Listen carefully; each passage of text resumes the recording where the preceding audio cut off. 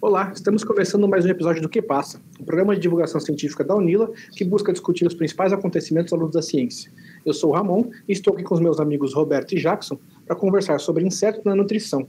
E no programa de hoje temos como convidada a professora Elaine Della Justina Soares. Olá, professora, obrigado por estar aqui conosco. Se apresenta para a gente, diz um pouquinho do que você tem feito na UNILA. Oi, Ramon, obrigada pelo convite. Sou professora Elaine, né? Eu sou da área de ciências biológicas e eu sou também do programa de pós-graduação em biodiversidade neotropical e eu sou entomóloga, né? E dentro da entomologia, meu foco de estudo sempre foram as moscas. Eu trabalho um pouco com outros grupos também, mas trabalho com as moscas.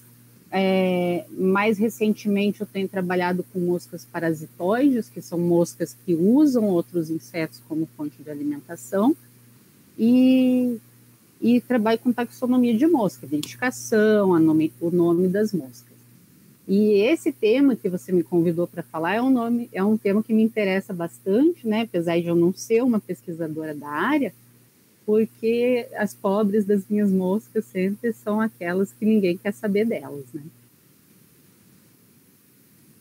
Legal, Elaine. E é justamente isso que a gente quer trabalhar nesse episódio, né?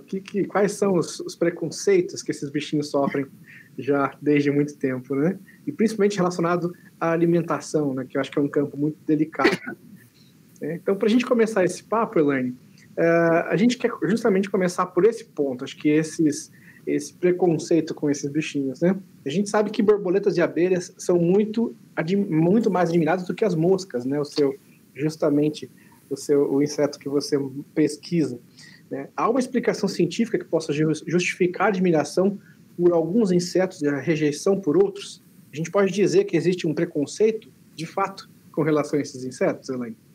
Bom, no campo da neurociência, né, no campo que estuda o comportamento humano, eu não vou saber te dizer direito, né, porque não é a minha área. Mas, no geral, a gente tem muito pouco conhecimento sobre insetos, né? Então, a gente conhece aqueles insetos que nos incomodam, né? Borboleta a gente vê lá na planta, é bonito. As abelhas também, várias moscas que se parecem com abelhas e vocês nem sabem, vocês veem na planta também acham bonito, né? Que são moscas polinizadoras. Mas quando a gente pensa em moscas, mosquitos, a gente sempre pensa no incômodo, por mais que a maior parte das espécies não chegue nem perto da gente, né? As moscas são bastante importantes como decompositoras para ajudar a processar a matéria orgânica na natureza. Tão importante como fonte de alimentação para diversos animais também. E, claro, algumas moscas e alguns mosquitos podem transmitir doenças para a gente, né? Assim como a gente também vai ter algumas abelhas que até teve uma notícia bem ruim no fim de semana, né, falando sobre acidentes com abelhas, mas tratando elas de uma forma negativa. Até achei curioso, porque você tinha me feito essa pergunta antes, né? Mas, na verdade, a abelha não está com intenção de causar um acidente, né? É um problema relacionado com o manejo dessa espécie ali, que acabou causando esse acidente. Então, depende também do humor dos tempos, né? Até semana passada, as abelhas eram um sujeito a ser admirado, e essa semana ela já está um pouco vilanizada por causa desses acidentes que passaram ali na mídia. Com relação às borboletas, elas são muito bonitas, mas quando a gente vê aquelas agregações muito legais de borboleta lá no Parque Nacional, né, a gente sempre vê aquele monte de borboletas amarelas, ou elas vêm na gente também e ficam em cima da gente. Quando ela vem na gente, ela está sugando o nosso suor, né, ela está atrás de sal. E quando ela está naquelas agregações, tem uma chance boa também dela estar ali pegando sal de urina, sal de fezes dos animais que passaram por ali. Então, elas vão atrás de sal. Então, é claro que não tem muito problema, né? Mas só para dizer que também não é tão limpinho assim quanto todo mundo pensa. Professora, um dos insetos que é considerado bastante nojento é a barata, né? Principalmente se a gente encontrar em ambientes onde se manipulam os alimentos. Já com as formigas, que também costumam frequentar esse tipo de ambiente, não existe tanta repulsa. Se a gente comparar esses dois insetos, qual deles é mais sujo? Os dois ou nenhum? Eu acho que depende muito, né? A gente tem que pensar no que esse inseto está fazendo na nossa cozinha, por exemplo. Ele chegou ali por quê? Ele chegou porque a gente disponibilizou alguma fonte de alimento, né? Tanto eles quanto as moscas também estão ali por esse motivo. E por onde que ele passou até chegar ali? Esse que é o grande problema.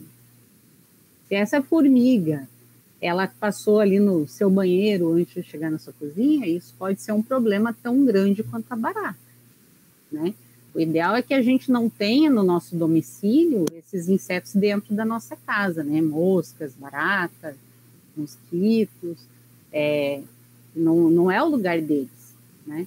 E se a gente tiver numa criação, por exemplo, uma criação de baratas, a tendência é que elas sejam muito limpas, né? Se alguém estiver criando baratas com algum interesse, essas baratas elas não vão ter acesso a nenhuma fonte de sujeira que potencialmente possa contaminá-las. Então, elas vão ser baratas saudáveis e limpinhas. Elas vão continuar com a mesma cara, mas elas vão ser saudáveis e limpinhas. O que acontece é que quando ela está no ambiente, ela acaba se sujando externamente, né? E também acaba consumindo algumas coisas que ela vai ficar com o tubo digestivo dela sujo, e ela pode eliminar nas fezes alguns patógenos e pode também funcionar como vetor mecânico, os três, inclusive, moscas, baratas e as formigas também, e podem caminhar em cima da sua comida e transferir ovos e cistos que eventualmente estejam nelas. Tanto que uma grande fonte de infecção hospitalar são formigas que estejam transitando em diferentes ambientes no hospital. Mas os insetos costumam ter hábitos bem higiênicos, eles costumam se limpar o tempo todo para ficar limpinhos, apesar que é impossível quando está num contexto que é um contexto sujo, né? Então, eu queria perguntar como que é a relação entre os insetos e o folclore brasileiro. Até você está falando agora da barata, queria entender, né? Tem alguma questão a ver com folclore? A gente vê a barata um bicho nojento e a formiga não, sendo que os dois podem produzir aí doenças, né? E culturalmente a gente acredita que a barata seja mais perigosa. E eu também queria perguntar qual os principais costumes, principalmente sobre a culinária e as simpatias. Tá. Então, a gente associa mais a barata, porque realmente, por ela ser saprófaga, a formiga não é necessariamente saprófaga, né? Mas como a barata é saprófaga, ela vai ter uma tendência maior a frequentar esses ambientes sujos, né? Já a formiga, ela ocasionalmente vai passar em cima dessas sujidades e vão trazer a contaminação para a cozinha. Mas a gente tem, né, que eu estava mostrando para vocês, esse livro, é um livro antigo já, ele foi publicado pela primeira vez nos anos 70, Insetos no Folclore, e se a gente for ver aqui, o capítulo sobre baratas, ele é um capítulo muito grande, ele tem músicas, ele tem uma série de coisas. E as baratas na medicina popular, dentro desse capítulo, vão da página 66 até a página 71. São várias páginas aqui, com várias coisas que você pode fazer com baratas. Então, você pode, por exemplo, tratar asma e bronquite, torrando baratas no toucinho de porco e esconder na comida ou no café, para a pessoa que está doente comer. A gente pode também, isso se fazia antigamente, né? Aqui é um relato de 1954. No Ceará, para acabar com a dor de dentes, manda o nosso camponês que se esprema uma barata ainda viva e se aplique o que dela resultar num algodão no dente cariado. Em 55, que foi recolhido esse relato. Então, tem várias coisas aqui que se fazia com baratas, mesmo considerando elas anti-higiênicas, né? E aí a gente tem várias músicas e tem também aqui falando sobre alimentação. No caso da barata, no Brasil, não se come barata, não tem relatos de alguém comer barata. Segundo o livro aqui, só numa tribo indígena em Santa Catarina que se comia baratas, mas a gente tem como costume muito comum né, o consumo de baratas não, de formigas, de lagartas. É muito comum no Brasil o consumo de formigas, lagartas e larvas de besouros, tá? Tanto que o Câmara Cascudo, né, ele fala num certo momento, os preceitos da dieta indígena compreendiam larvas e formigas. E para a gente voltar na questão do preconceito, assustando os civilizados devotos de caracóis, cogumelos e queijos pútridos. Então, vai muito também da nossa cultura alimentar, né? A gente sabe que na América Latina tem vários povos que consomem insetos com frequência, né? Então, a gente tem os chapulines lá no México, que até vendem em saquinho, de vez em quando os alunos trazem para cá.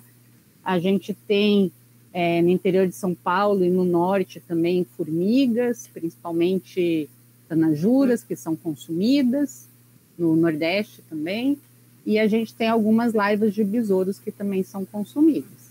Então, a gente tem aí tanto questões folclóricas quanto questões de costume de se consumir insetos no Brasil e em várias partes do mundo, né? Na verdade, existem mais de 2.000 espécies de insetos que já foram tratadas como insetos comestíveis na literatura ao longo do mundo. Não na literatura, né, mas coletas de informações, e algumas são muito comuns, algumas são bastante consumidas com bastante frequência, desde bastante tempo atrás. Essa é uma questão bem cultural, né, Elaine? Que cada terra, cada povo foi construindo seu padrão alimentar com base no que tinha, né? O que tinha, que era mais fácil na sua região. E realmente hoje a gente tem muito estigmatizado isso, né? A gente acha que comer inseto é exótico. Não é, né? Você está trazendo coisas que são da nossa terra, coisas que são da nossa cultura mesmo. Apesar disso não estar sendo mais propagado com tanta capilaridade hoje em dia, está no nosso sangue, né? Isso alimentou muita gente antes da gente aqui dessa própria terra, né? Uhum. Mas apesar disso ser encarado como algo exótico, diferente, a gente sabe que na alimentação industrial tem muita coisa ali que não é propriamente dito como o alimento que a gente compra, né? O molho de tomate não é só tomate que tem ali dentro. Eu queria que você falasse para a gente como é que a indústria alimentícia lida com essa questão também a presença de partes de insetos, né, e outros elementos que certamente são mais danosos do que os próprios insetos, né? Então, aí a gente tem que pensar num contexto mais geral, né? Então, quando a gente pensa para isso que a gente tem rótulo, e o rótulo é importante para a gente entender algumas coisas. Então, por exemplo, uma coisa que ninguém pensa como sendo uma coisa, ai, que horror, estou comendo inseto porque não sabe, é o corante carmim de cochonilha. Dentro da classificação dos corantes permitidos pela Anvisa de 2015, o corante carmim de cochonilha é o único corante de origem animal que é considerado como um corante orgânico e é o que vai pintar de vermelho. Vocês podem olhar no rótulo das comidas de vocês, vários iogurtes, sorvetes, talvez o batom que a Roberta está agora, né? Então, a gente tem várias coisas de morango, de uva, que são coloridos com corante carmim de cochonilha. Cochonilha é um inseto que é criado já há bastante tempo e dele se extrai uma tinta bem vermelha que é usada como corante na indústria alimentícia já faz bastante tempo, né? Com relação a matérias estranhas na comida, existem limites de tolerância. E aí, dentro desses limites de tolerância, tem duas coisas que a gente pode considerar. Tem aquelas coisas que são más práticas, então não foi um manuseio adequado, e daí essas comidas não são recomendadas, mas tem coisas que são impossíveis de evitar. Então, por exemplo, um chá de menta, ele pode ter 300 partes de insetos em 25 gramas.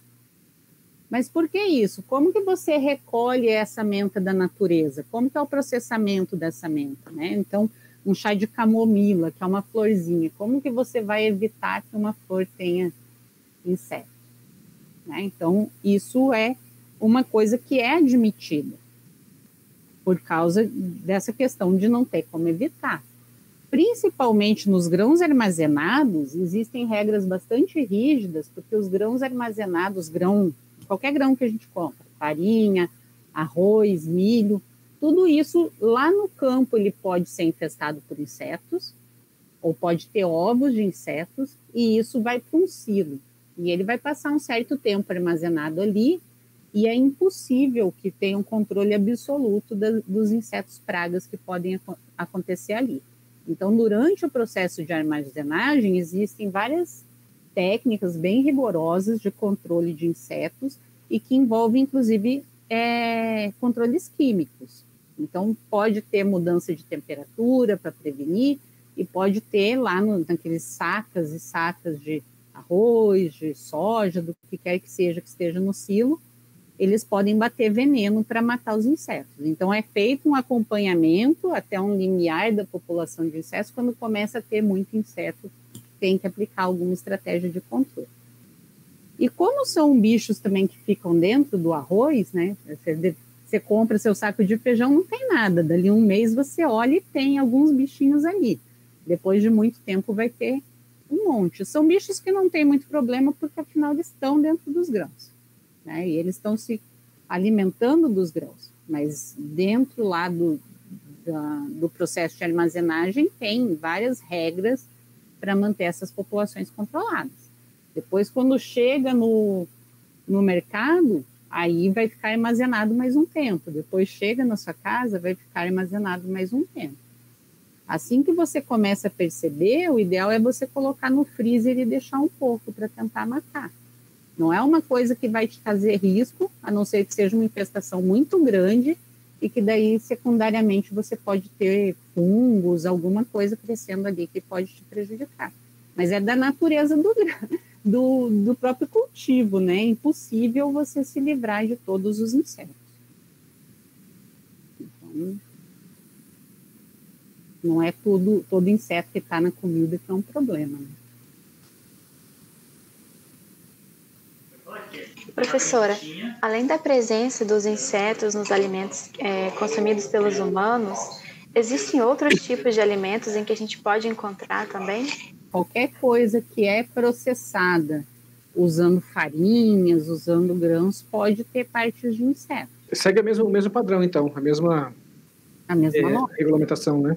Uhum, a mesma regulamentação. Tá. E aí tem, assim, periodicamente eles vão avaliando a qualidade dos grãos, né?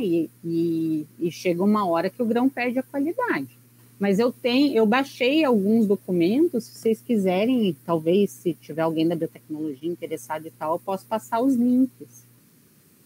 E aí a Embrapa tem linha de pesquisa só de grão armazenado.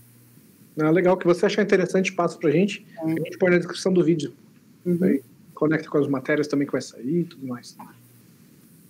Tá. Elaine, e a respeito da alimentação direta, né, do inseto, não é essa indireta, a gente fazer lá a questão da farofa de formiga, outros pratos aí que a gente aí tem o inseto como um ingrediente básico, né? Tem alguma regulamentação específica para isso, né? E como é que é essa questão cultural? Você falou um pouquinho do México, né, que tem a formiga também como um prato tradicional. Essa questão em outros países, né, com relação ao Brasil, o que você pode acrescentar para a gente? Então, como eu falei, né, vou pegar minha colinha aqui, eu anotei algumas coisas. A gente tem 2.111 espécies de insetos que são consumidas em 140 países diferentes. Então, a gente tem muito. E no Brasil, tem 135 espécies registradas como culturalmente usadas pelos humanos. Aí você vai ter a maioria, cerca de 30% de todas essas espécies são besouros, larvas de besouro principalmente, lagartas de borboleta. Então, por exemplo, o bicho da seda a polpa do bicho da seda, depois que processa a seda, é comestível. Depois a gente vai ter formigas, abelhas, né? A gente não pensa também, mas o mel é um produto de inseto que a gente consome com frequência, nem questiona muito, né? Mel, pólen que a abelha recolhe, gafanhotos também e outras coisas, como por exemplo moscas também, que tem gente que consome. Então, ao longo do mundo, ao redor do mundo, vai ter várias formas de consumo. E a grande maioria desses insetos que hoje em dia são usados para comer, mais de 90% deles são insetos recolhidos da natureza, tá? E aí a gente tem uma pequena parte desses insetos, hoje em dia, que estão sendo criados para produzir alimentação, né? E aí isso vai corresponder a cerca de 2% só dos bichos que são criados para alimentação. E como que é esse consumo? A gente tem o consumo in natura, principalmente desses insetos que são coletados, onde a gente vai fritar, a gente vai usar para fazer algum preparo alimentar. É lógico que a gente não vai pegar eles de qualquer lugar, que senão vai ser um perigo, né? Eles podem estar contaminados. A gente pode... eles também fazem o processamento em forma de farinhas, né? Seca, transforma em farinha e enriquece outros alimentos usando insetos, e isso daí é uma forma talvez mais fácil de resolver o preconceito, né? É muito mais fácil, por mais que você coma um camarão com todo o gosto do mundo, na hora que você vai comer um gafanhoto frito, você fica um pouco assim, né? Então, é uma questão de costume também. Se você perguntar para uma pessoa, pergunte para pessoas que vocês conhecem aqui, que nunca foram para a praia, que delícia que é um caranguejo. Né? A gente, na biologia, eu sempre pergunto para os meus alunos. Tem alunos no Chile, é comum se comer craca. Vocês já pensaram em comer craca? Porque lá tem umas cracas muito grandes. Ouriço do mar também é comum. Nossos alunos que são mais das regiões litorâneas do Pacífico comem coisas diferentes do que a gente come aqui. Né? Aqui não, que a gente come no litoral do Brasil. As pessoas daqui não vão comer, não é todo mundo que come um caranguejo. Pega aquele caranguejo e pensa, que delícia, deixa eu pegar essa perna cheia de pelos aqui e comer. Ó, a Roberta já não gosta, eu adoro. E é a mesma coisa com esses insetos, né? A gente não tem costume, e aí fica um pouco com receio. Mas farinhas é uma boa forma de colocar essa proteína na alimentação sem precisar olhar para a cara dela. O que, aliás, a gente faz com uma série de coisas e a gente nem percebe, né? A gente come um monte de coisa que se a gente tivesse que olhar para a cara, talvez a gente não comeria. E a outra forma é hidrolisando a proteína e pegando só alguns elementos dessa proteína e incorporando na alimentação também. No Brasil, a gente não tem resolução para alimentação humana. Tem que passar pela Anvisa, e aí esses bichos que culturalmente são vendidos, você vai no Vale da Ribeira e consegue comprar litro de formiga, você vai no Nordeste e consegue comprar litro de formiga. Não tem regulamentação, mas tem para ração animal. Tá? Então, para produzir ração para peixe, produzir ração para frangos, tem regulamentação. Para animal de casa também, doméstico, pets e tal, existe regulamentação. Agora, para alimentação humana, não. Aí, ao redor do mundo, na União Europeia tem para alimentação. Nesses países com tradição de comer inseto não tem, porque aí também, como é que você vai regulamentar o alimento que a pessoa já consome normalmente, né?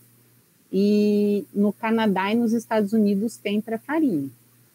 Então, aí vai ter barra de proteína baseada em inseto, vai ter farinhas enriquecidas. Aqui no Brasil tem vários pesquisadores que têm feito startups para começar a produzir esses alimentos com segurança alimentar suficiente, né, com qualidade, e fazer uma divulgação científica para tentar que as pessoas tenham menos nervoso de comer essas coisas, né?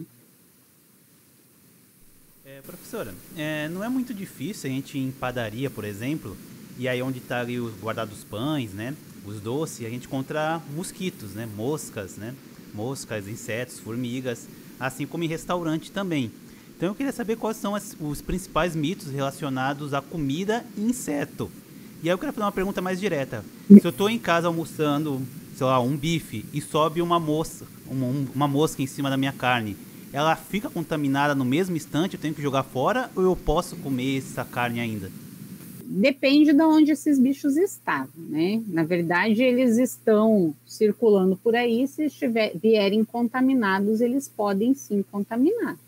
Tanto na padaria quanto em casa, né? Às vezes você olha lá dentro do armarinho da padaria, tem uma mosca lá dentro, uma abelha. Essa abelha, mesmo a abelha de mel, que está lá na padaria, onde que ela estava antes? Ela estava dentro do lixo bebendo Coca-Cola, que eu já cansei de ver, o que tinha nesse lixo. Então, depende muito de onde o bicho passou. Então, a gente tem que tomar cuidado. Né? Então, você tem fezes de cachorro fora de casa, entra o bicho direto dali. Então, pode ter um certo risco, sim. Professora, uma dieta à base de insetos, ela pode interferir no equilíbrio ambiental? Ou seja, se antes era pouco consumido e agora a gente passar a consumir mais esse tipo de alimento, isso pode causar um desequilíbrio?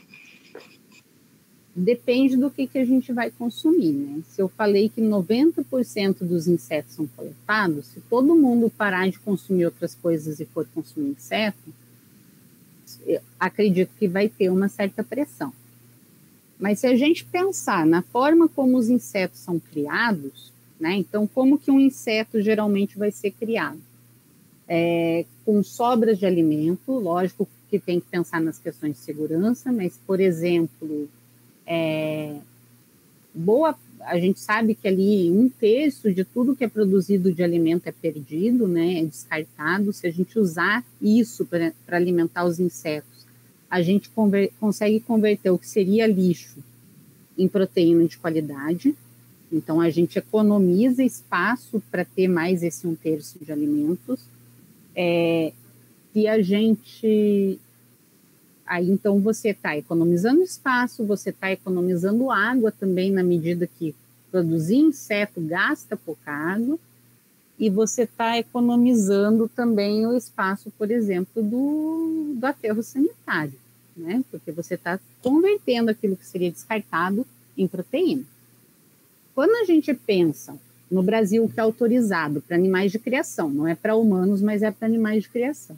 Quando você pensa em alimentar galinhas, alimentar porcos com insetos, esse inseto ele está entrando na ração na proporção do que são grãos, principalmente soja, nas proteínas daquela ração, e eu nem sabia, pesquisando aqui, eu descobri, muitas dessas rações elas têm farinha de peixe, e a farinha de peixe são peixes que são pescados no mar para produzir essa farinha, e acaba causando um impacto no mar, né? Você perde biodiversidade no mar na hora que você sobrepesca para produzir essa farinha. E esses insetos, eles podem entrar como substituto dessa fração, pelo menos de parte dessa fração de farinha de peixe.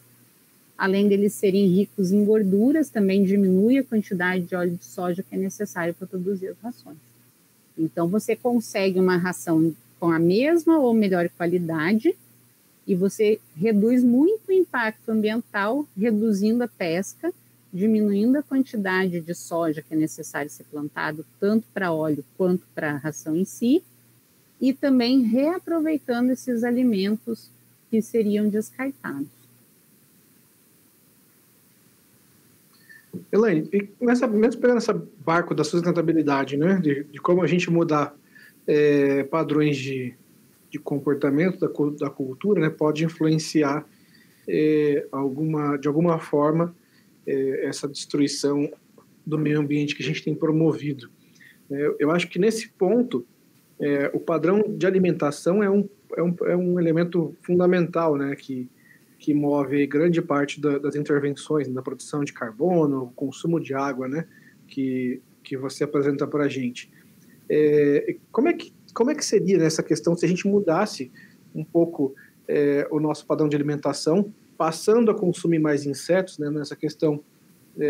Qual que seria o impacto, né, na indústria alimentícia, né, O que isso poderia melhorar, né? Em comparação, por exemplo, um inseto, uma formiga com a carne de boi, né? Por exemplo, o que isso impactaria, né, nessa questão? Bom, pensando aí na nutrição humana, né? Esses insetos que têm sido propostos para alimentação, eles são estudados em termos dietéticos, né? Então, eles são animais que têm boas quantidades de aminoácidos que a gente consegue aproveitar muito bem. Eles têm sais minerais absorvíveis, né? Que não é tudo que a gente consome que tem sal mineral que a gente consegue usar. A gente não consegue usar, por exemplo, o ferro de um prego quando a gente cozinha ele no feijão. Então, são coisas biodisponíveis, tem cálcio também, e tem gorduras boas. Eles têm gorduras saturadas, eles têm até ômega 6, ômega 12, tem vitamina B. Então, eles, nutricionalmente, é uma proteína de boa qualidade, né?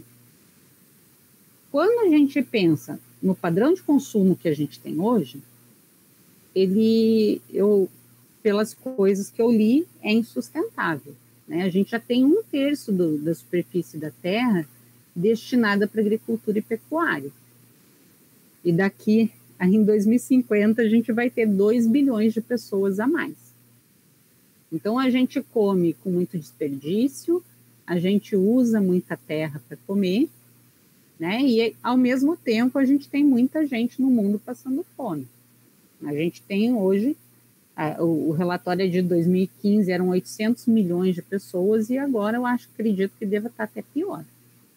A gente sabe que, mesmo tendo muita comida, tendo abundância, ainda tem gente que não tem acesso à alimentação. Então, eu acho que não vai ter como a gente manter esse nosso padrão de consumo, comendo as coisas que a gente bem entende, jogando 1/3 dessas coisas fora e conseguir manter a terra habitável, né? Então, a tendência, eu espero, e aí depende de políticas públicas, não são ações individuais que vão mudar isso, é que a gente faça essa diversificação que eu tinha falado para vocês, né? Mas não uma diversificação, vou lá no mato e vou virar uma caçadora-coletora e comer essas centenas de espécies que estão ali disponíveis para mim, e sim uma agricultura familiar mais diversificada, novas formas de alimentação, a gente conhecer melhor o que a gente come, né? Saber as origens, tentar comer de produtores locais, e aí incluir a dieta, os insetos na dieta, tanto dos animais que a gente vai consumir, quanto no nosso próprio consumo, eu acho que é a tendência por causa disso, porque é uma forma de ocupar bem o espaço disponível para a criação, né? Mas aí vai depender, por enquanto, são coisas que tem várias pessoas começando a produzir insetos, né? Então, eu falei lá no começo da mosca, tem moscas que são a mosca soldado preta, talvez vocês já ouviram falar, é uma das coisas que tem sido muito criada. Então, mosca soldado preta, tenébrio, que tenébrio quem tem passarinho já cria faz bastante tempo, e as formigas nem fazem parte dessas criações, né? A formiga é extrativismo mesmo. Não sei se vocês já viram na época da revoada, vem aquelas formigonas e aí cava no chão e as pessoas coletam, né? Então aquilo ali também é um bicho que é praga, dá para coletar, mas a gente tem que tomar cuidado porque a gente não sabe também se está contaminado, né? Eu comi, mas talvez não seja tão seguro. Então, esses animais, esses insetos criados, eles vêm nessa contribuição de aumentar o teor proteico na dieta, né, sem ocupar muito espaço e tentando reaproveitar esses alimentos que não são mais, que seriam descartados. Professora, eu tenho uma pergunta antes, queria falar sobre o tenébrio. Eu criava tenébrio quando eu trabalhava no aviário, lá quando eu tinha meus 16 anos, e eu não sabia que o nome desse bicho era tenebra, aí chamava de larva só. Então, 20 anos depois eu descobri qual era o nome do bicho que eu criava. Mas a minha pergunta é, você falou sobre a dieta com insetos, né? Eu queria saber se essa questão, a nossa geração vai ver ela de fato entrar na nossa mesa ou é uma coisa para as gerações futuras? Depende. Eu não sei te responder. Eu não sei te responder porque essas questões, né, de cultura e de dieta, aí eu também não sou especialista nessa área, vou falar pela minha percepção, elas são muito culturais mesmo, né? E a forma como a gente aborda essas coisas. Então, a gente, quando era criança, eu não sei quantos anos vocês têm, mas eu, quando eu era criança, não existia, por exemplo, leite de caixinha. Era uma coisa super rara, leite de caixinha. Né? Você não saía depois do almoço da sua cozinha com um saco cheio de pacotes, como você pode fazer hoje em dia. Né? Então, é uma coisa que foi introduzida depois. Muito menos sushi. Né? A gente não comia sushi. Pensa sushi se não é uma coisa difícil de, culturalmente pensando, de você convencer uma pessoa a comer aquilo. Então, eu acho que depende muito da forma como vai ser abordado.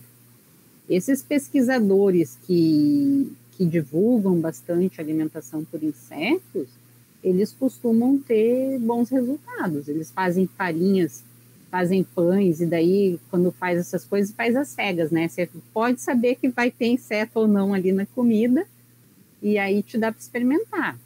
E aí você come, você diz se é bom, se não é. E são produtos bem aceitos. Aí você fala, a questão também é como você divulga. O que eu achei no dia que eu comi a farofa de formiga? Eu achei ótimo. Né? Eu achei ótimo. Para mim tinha gosto de castanha.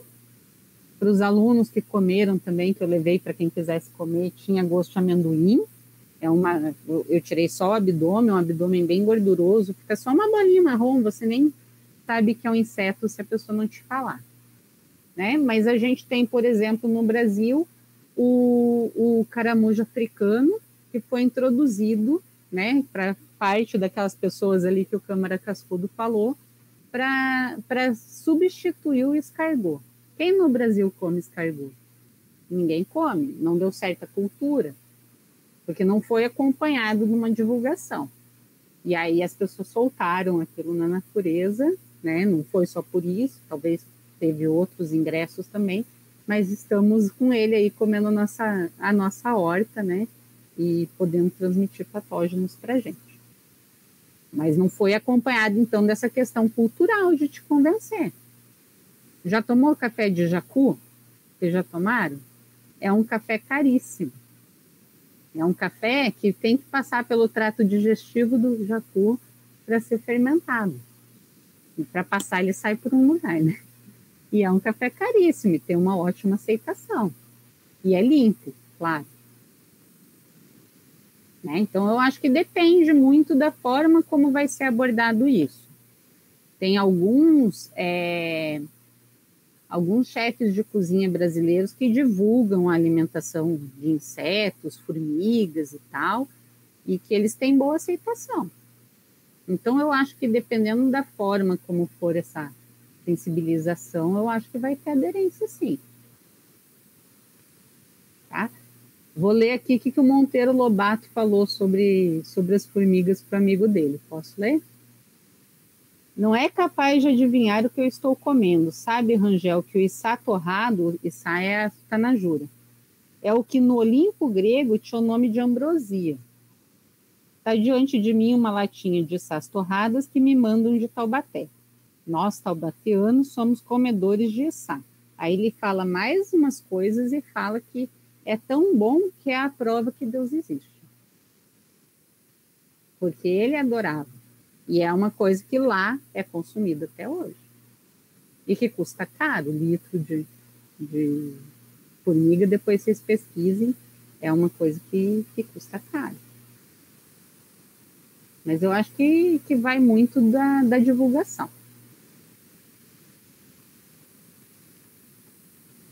Professora, para a gente encerrar, a senhora poderia falar um pouco mais sobre a sua pesquisa relacionada às moscas? O que te levou a pesquisá-las e como é que tá? Por que eu gostei de trabalhar com mosca? Eu sempre brinco, né? Eu nasci gostando de mosca. Não, é mentira, né? Todo mundo sabe que não é verdade que eu nasci gostando de mosca. Acho que é difícil que alguém nasceu gostando de mosca. Hoje em dia, deve ter gente que gosta de mosca mais cedo por causa de CSI e programas desse tipo, né? Não é meu caso, eu sou anterior ao CSI. Mas eu gostava muito de evolução quando eu estava na graduação. E uma das formas de estudar a evolução é a sistemática filogenética, que é uma das disciplinas que até eu leciono com frequência no curso de biologia. E eu queria trabalhar com isso, né? Com biogeografia, estudar a distribuição dos organismos, estudar a sistemática filogenética. E aí o professor que eu procurei como orientador, que é o professor Cláudio Carvalho, trabalha com moscas. E depois que eu comecei a conhecer as moscas, aí eu me encantei, né? Porque é o que eu sempre digo também, né? Que bonito é o que a gente conhece. Porque a gente vai conhecendo e você vai aprendendo o que aquilo ali pode te ensinar. Então, eu tenho uma série de perguntas sobre a natureza que as moscas são capazes de me responder, né? Então, eu consigo estudar a evolução das características delas, estudando elas, eu consigo estudar como que elas usam o ambiente também, né? Agora que eu comecei, como eu falei no começo com vocês, a estudar os parasitoides, como é que esses parasitas chegam e buscam os insetos, os outros insetos para parasitar e como que é essa interação. Então, são essas coisas que me levaram a gostar das moscas, né? Eu tenho um projeto de extensão também, junto com o professor Christian e agora com a professora Analice também, com mosquitos, né? A minha aluna defendeu o TCC dela esses dias e a gente viu que aqui na cidade a gente tem mais de 120 espécies de mosquito e poucas delas, menos de 30, vão ter algum potencial de transmitir doença para a gente, né? Então, as moscas e os mosquitos são coisas que eu acho muito interessante. Moscas também aqui na região, elas são bem diversas. Também não são aquelas que você conhece da sua casa, né? A minoria desses insetos estão dentro da nossa casa. Aliás, é um padrão, as baratas também. Tem barata que é muito linda. Eu não entendo muito de barata, mas as baratas que vivem nas florestas, elas são muito bonitas. Não são essa barata que a gente olha em casa e tem alguns que têm vontade de sair correndo, né? Então, foi isso que me levou a gostar das moscas. Elas respondem o que eu pergunto para elas. E eu acho elas bonitas. Muito legal, Elaine. Acho que fechamos bem aí esse papo curiosíssimo, né, sobre alimentação e insetos. E abrimos, né, a temporada insetos no que passa. É assim mesmo, né? A gente fica nervoso na hora que fala. Mas é tranquilo, é basicamente uma apresentação mesmo do tema para a gente despertar a curiosidade de quem está fora aí para buscar mais informação. Deixa eu ler um último aqui para vocês, porque eu não tinha lido. Diga lá. Esse aqui, o Saint-Hilaire, ele veio para o Brasil entre 1816 e 22 escrever a flora brasileira. E aí ele rodou e coletou várias coisas e vários relatos, né? Então, um dos petiscos favoritos desses índios é um grande verme branco que se encontra no interior dos bambus quando estes florescem e que tem o comprimento de meio dedo indicador. É o bicho da taquara. Os índios cozinham essas larvas e dela extraem uma espécie de gordura muito fina e delicada com a qual preparam os alimentos. A larva que se trata não é alimento sadio. E quando ela aparece, o que não sucede todos os anos, os índios ficam sempre doentes. Esses homens costumam pôr para secar alguns bichos, conservam cuidadosamente e colocam em ferida e tal. E quando os excessos amorosos lhe causam insônias, engolem um desses animais secos sem a retirada prévia do tubo intestinal, e então caem numa espécie de sono estático que dura vários dias. Quem comeu uma larva de bambu seca conta ao despertar sonhos maravilhosos. Viu florestas brilhantes, comeu frutos deliciosos. Aí eles tiram a cabeça porque eles consideram venenoso, e os portugueses também consideram delicioso e fervem para tirar a gordura. Tá? E aí usa no lugar da manteiga. Aí ensinaram para ele, né, que ele tinha que tirar o intestino. Então o ajudante dele partiu o animal, tirou a cabeça com cuidado e o tubo intestinal. E aí ele chupava a substância mole esbranquiçada que ficava por baixo da pele. Apesar da minha repugnância, segui o exemplo do jovem selvagem. E achei nesse manjar estranho um sabor extremamente agradável que lembrava o creme mais delicado. Então, até ele, quando foi provar, achou bom, mesmo com medo. E aí, uma coisa também que eles falam bastante, é que tinha a pergunta da fome, né, que no final não aconteceu, é que não era só por fome que as pessoas comem. Elas comem também porque é gostoso. Né? Tem muitas dessas culturas, elas comem os insetos porque é gostoso de comer. Então, tem trechos do Monteiro Lobato e outros relatando que é o caviar da ribeira, e eles comem por gosto mesmo, até porque nem sempre é um bicho fácil de obter, não é assim, tem um monte de proteína aqui do meu lado e eu vou comer. Então, come porque vai atrás mesmo de comer, porque é gostoso. Que doideira, gente. Fora os efeitos psicodélicos, né? Muito legal. Que psicodélico será que é esse, né? Fechou, Elaine. Te agradeço demais aí tá conosco. E a gente vai foi bom poder ler essas coisas meio diferentes. Aí eu vou passar umas referências dessas que eu li para vocês, porque eu acho interessante, porque são vários órgãos, né, da ONU falando a mesma coisa, falando que é a importância de comer inseto. Legal, passa assim que o pessoal no YouTube principalmente sempre tá encaminhando dúvida, coisas, isso aí, essas referências são muito ricas para isso, aprofundar no papo mesmo. Beleza? Então. Obrigadão, aí sempre estamos à disposição. Obrigada, gente. Obrigada, professora. Tchau, tchau. Tchau, tchau. Tchau, tchau.